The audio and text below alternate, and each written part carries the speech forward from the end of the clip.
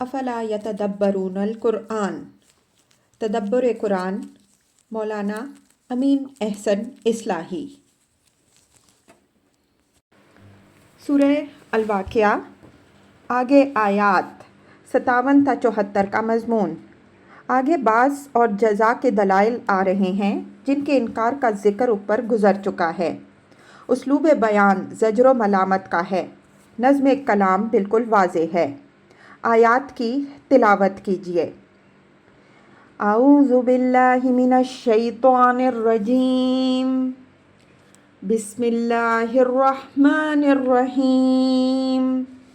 نحن خلقناکم فلولا تصدقون، افرأیتم ما تمنون، اانتم تخلقونہ ام نحن الخالقون، نحن قدرنا بینکم الموت وما نحن بمسبوقین علی ان نبدل امثالکم وننشئکم فیما لا تعلمون، وَلَقَدْ عَلِمْتُمُ النَّشْأَةَ الْأُولَى فَلَوْلَا تَذَكَّرُونَ، أَفَرَأَيْتُم مَّا تَحْرُثُونَ، أَأَنتُمْ تَزْرَعُونَهُ أَمْ نَحْنُ الزَّارِعُونَ، لَوْ نَشَاءُ لَجَعَلْنَاهُ حُطَامًا فَظَلْتُمْ تَفَكَّهُونَ،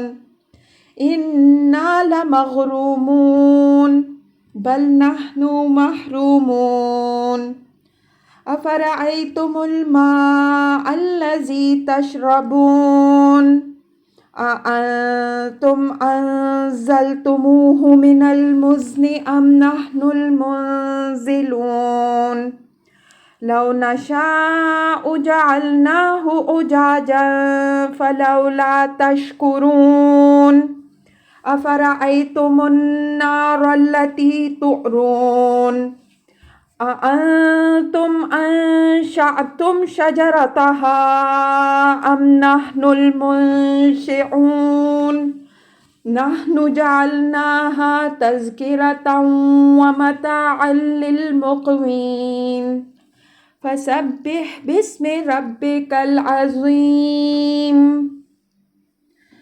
ترجمہ: ہم نے تم کو پیدا کیا ہے تو تم قیامت کی تصدیق کیوں نہیں کرتے؟ کیا تم نے غور کیا ہے اس چیز پر جو تم ٹپکا دیتے ہو؟ اس کی صورت گری تم کرتے ہو یا صورت گری کرنے والے ہم ہیں؟ ہم نے تمہارے درمیان موت مقدر کی ہے اور ہم عاجز رہنے والے نہیں ہیں بلکہ قادر ہیں اس بات پر کہ ہم تمہاری جگہ تمہارے مانند بنا دیں اور تم کو اٹھائیں اس عالم میں جس کو تم نہیں جانتے، اور پہلی پیدائش کو تو تم جانتے ہی ہو، تو اس سے کیوں یاد دہانی نہیں حاصل کرتے؟ کیا تم نے غور کیا ہے اس چیز پر جو تم بولتے ہو؟ اس کو تم پروان چڑھاتے ہو یا پروان چڑھانے والے ہم ہیں؟ ہم چاہیں تو اس کو ریزہ ریزہ کر چھوڑیں تو تم باتیں ہی بناتے رہ جاؤ۔ بے شک ہم تو تاوان میں پڑے، بلکہ ہم تو بالکل ہی محروم رہے۔ ذرا غور تو کرو اس پانی پر جو تم پیتے ہو، کیا تم نے اس کو اتارا ہے بادلوں سے یا اس کے اتارنے والے ہم ہیں؟ اگر ہم چاہیں تو اس کو بالکل ہی تلخ بنا دیں تو تم لوگ شکر کیوں نہیں کرتے؟ ذرا غور تو کرو اس آگ پر جس کو تم جلاتے ہو، کیا تم نے پیدا کیا ہے اس کے درخت کو یا اس کے پیدا کرنے والے ہم ہیں؟ ہم نے اس کو یاد دہانی اور صحرا کے مسافروں کے لیے ایک نہایت نفع بخش چیز بنایا ہے، تو تم اپنے رب عظیم کے نام کی تسبیح کرو۔ الفاظ کی تحقیق اور آیات کی وضاحت۔ نحن خلقناکم فلولا تصدقون، خطاب انہی منکرین قیامت سے ہے جن کا قول اَإِذَا مِتْنَا وَكُنَّا تُرَابًا وَعِظَامًا أَإِنَّا لَمَبْعُوثُونَ اوپر نقل ہو چکا ہے۔ فرمایا کہ جب ہم ہی نے تم کو پیدا کیا اور اس حقیقت سے تمہیں مجال انکار نہیں ہے تو پھر قیامت کی تصدیق سے تمہیں کیوں گریز ہے؟ مطلب یہ ہے کہ جب پہلی مرتبہ تمہیں پیدا کرنے سے ہم قاصر نہیں رہے تو دوبارہ پیدا کرنے سے کیوں عاجز رہیں گے؟ اول بار پیدا کرنا زیادہ مشکل ہے یا دوسری بار؟ یہ منطق عجیب ہے کہ جو کام زیادہ مشکل ہے اس کے واقع ہونے کو تو تم تسلیم کرتے ہو، اور جو اس سے بالبداہت آسان ہے اس کو ناممکن قرار دیتے ہو۔ تصدقون کے بعد اس کا مفعول بالدین یا بالبعث بربنائے وضاحت قرینہ محذوف ہے۔ افرأیتم ما تمنون اانتم تخلقونہ ام نحن الخالقون۔ یہ انسان کی خلقت کی طرف توجہ دلائی کہ اگر تمہیں یہ گمان ہے کہ تمہاری خلقت میں کچھ تمہاری تدبیر و حکمت کو بھی دخل ہے جس کے بغیر اللہ تعالیٰ تمہیں وجود میں نہیں لا سکتا، تو آؤ دیکھو کہ اس نے تمہارا دخل کتنا ہے۔ فرمایا کہ تم جو کچھ کرتے ہو بس اس قدر ہے کہ پانی کی ایک بوند عورت کے رحم میں ٹپکا کر الگ ہو جاتے ہو، اس بوند کو تہ بتہ تاریکیوں کے اندر گو نگو مراحل سے گزار کر ایک بھلے چنگے بچے کی صورت میں عورت کے پیٹ سے باہر لانا، اور پھر اس کو بچپن، بلوغ، جوانی اور بڑھاپے کے مراحل سے گزارنا کس کا کام ہے؟ ظاہر ہے کہ یہ سارے کام اللہ تعالیٰ ہی کی قدرت و حکمت سے ہوتے ہیں، تو جو خدا پانی کی ایک بوند پر یہ تصرفات کر سکتا ہے اور اس کی صورت گری میں وہ کسی کا بھی محتاج نہیں ہے، وہ اگر اس کے بغیر مجرد زمین کے ذرات ہی سے تمہیں دوبارہ مشکل کر کے اٹھا کھڑا کرے تو اس کے لیے کیا مشکل ہے؟ نحن قدرنا بینکم الموت وما نحن بمسبوقین، یعنی یہ گمان کرنے کی بھی ذرا گنجائش نہیں ہے کہ کوئی ہماری گرفت سے بچ کر کہیں نکل سکتا ہے۔ ہم نے لوگوں کے درمیان موت کا جال بچھا رکھا ہے، اور یہ جال ایسا ہے کہ اس نے سب کو اپنے گھیرے میں لے رکھا ہے۔ ہر بڑے چھوٹے اور امیر و غریب کے لیے موت لازمی ہے، اور اس طرح ہم سب کو روز قیامت کی پیشی کے لیے جمع کر رہے ہیں۔ آگے آیات 83 تا 87 میں یہ مضمون وضاحت سے آ رہا ہے۔ الا ان نبدل امثالکم فننشئکم فیما لا تعلمون، یعنی جب پیدا کرنا بھی ہمارے اختیار میں ہے اور مارنا بھی ہمارے ہی اختیار میں ہے، تو اگر تمہاری جگہ تمہاری مانند ہم پیدا کرنا چاہیں گے تو اس سے کیوں عاجز رہیں گے؟ ہم عاجز نہیں رہیں گے بلکہ اس بات پر قادر ہیں کہ تمہارے مانند پیدا کر دیں اور ایک ایسے عالم میں تمہیں اٹھا کھڑا کریں جس کو تم نہیں جانتے۔ اعلیٰ یہاں اس بات کا قرینہ ہے کہ وما نحن بمسبوقین کو مثبت معنی یعنی قادرین کے مفہوم میں لیا جائے، گویا اس کے معنی یہ ہوں گے کہ ہم عاجز نہیں ہیں بلکہ قادر ہیں۔ صلہ کی تبدیلی سے عربی زبان میں حذف و ایجاز کے جو تصرفات ہوتے ہیں اس کی مثالیں اس کتاب میں پیچھے گزر چکی ہیں۔ یہی مضمون سورہ معارج میں اس طرح آیا ہے، اِنَّا لَقَادِرُونَ عَلَىٰ أَن نُبَدِّلَ خَيْرًا مِّنْهُمْ وَمَا نَحْنُ بِمَسْبُوقِينَ۔ سورہ المعارج آیات 40 تا 41۔ بے شک ہم قادر ہیں اس بات پر کہ ان کی جگہ ان سے بہتر کو لائیں، ہم اس سے عاجز رہنے والے نہیں ہیں۔ وَنُنشِئَکُم فِی مَا لَا تَعْلَمُونَ، یعنی ایک ایسے عالم میں تمہیں اٹھا کھڑا کریں جس کے نوامیس و قوانین اس عالم سے بالکل مختلف ہوں اور تم ان سے بالکل نا آشنا ہو۔ تمہیں حیرانی ہے کہ موت اور زندگی کے ان معروف ضوابط کے خلاف جن سے اس دنیا میں تم آشنا ہو، یہ کیسے ممکن ہے کہ مرنے اور سڑ گل جانے کے بعد مجرد ایک صدائے سور سے ساری خلقت از سر نو وجود میں آ جائے، پھر ایک ایک فرد کا حساب ہو اور پھر وہ ابدی جنت یا ابدی دوزخ کا سزاوار قرار پائے۔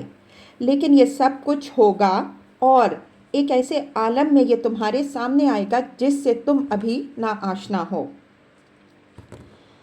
وَلَقَدْ عَلِمْتُمُ النَّشْأَةَ الْأُولَىٰ فَلَوْلَا تَذَكَّرُونَ، یعنی اگر تم نے اس عالم کو جس میں ہم تم کو از سر نو پیدا کرنے والے ہیں نہیں دیکھا تو یہ کوئی معقول دلیل اس بات کی نہیں ہے کہ تم اس کی تکذیب پر جم جاؤ۔ آخر اس جہان میں اپنی خلقت کو تو تم دیکھتے ہو، تو اس سے کیوں نہیں سبق حاصل کرتے کہ جس نئی زندگی سے تمہیں آگاہ کیا جا رہا ہے اس میں ذرا بھی استبعاد نہیں ہے۔ جو خالق اس دنیا میں تمہیں لایا ہے اس کی قدرت کے دائرہ سے کوئی چیز بھی باہر نہیں ہے۔ وہ تمہیں دوبارہ بھی اسی طرح وجود میں لا سکتا ہے، اور اس کی ربوبیت و حکمت کا یہ تقاضا بھی ہے کہ وہ ایسا کرے۔ اگر وہ ایسا نہ کرے تو یہ دنیا بالکل بے مقصد ہو کر رہ جاتی ہے، اور خالق کائنات سے یہ بات بعید ہے کہ وہ کوئی کار عبث کرے۔ افرأیتم ما تحرثون اانتم تزرعونہ ام نحن الزارعون۔ انسان کی خلقت کے بعد یہ ان وسائل ربوبیت کی طرف توجہ دلائی جو رب کریم نے اس کی پرورش کے لیے مہیا فرمائے ہیں، اور جن کے مہیا ہونے میں نہ انسان کی تدبیر کو کوئی دخل ہے نہ اس کے کسی استحقاق کو۔ یہ امر یہاں ملحوظ رہے کہ اللہ تعالیٰ نے انسان کو بلا استحقاق جو نعمتیں بخشی ہیں ان کو قرآن نے مختلف اسلوبوں سے جگہ جگہ جزا و سزا کی دلیل کے طور پر پیش کیا ہے۔ ان کا بلا کسی حق کے عطا ہونا اس بات کی دلیل ہے کہ ایک دن ہر نعمت کے باب میں لوگوں سے پرسش ہونی ہے۔ اسی طرح یہ بات بھی جگہ جگہ واضح فرمائی گئی ہے کہ یہ نعمتیں اکثروں کے لیے استکبار کا سبب بن گئیں۔ اللہ کی بخشی ہوئی نعمتوں کو انہوں نے اپنی تدبیر و قابلیت کا کرشمہ اور اپنا حق سمجھا، اور اس غرور میں آخرت سے آنکھیں بند کر لیں، اور اگر کسی نے ان کو آنکھیں کھولنے کی دعوت دی تو اس کو وہی جواب دیا جو اوپر مترفین کی زبان سے نقل ہوا ہے۔ فرمایا کہ زمین میں جو کچھ تم بولتے ہو کبھی اس پر غور بھی کیا؟ کیا اپنے بوئے ہوئے بیجوں کو تم پروان چڑھاتے ہو یا ان کو پروان چڑھانے والے ہم ہیں؟ جس طرح اولاد کی پیدائش میں تمہارا حصہ صرف اتنا ہے کہ تم ہل چلا کر دانے زمین میں بکھیر دیتے ہو، اس کے بعد کے سارے مراحل تم دیکھتے ہو کہ براہ راست قدرت کے اہتمام میں طے ہوتے ہیں۔ اسی نے زمین میں یہ صلاحیت رکھی ہے کہ وہ اپنی آغوش میں دانے کی پرورش کرے۔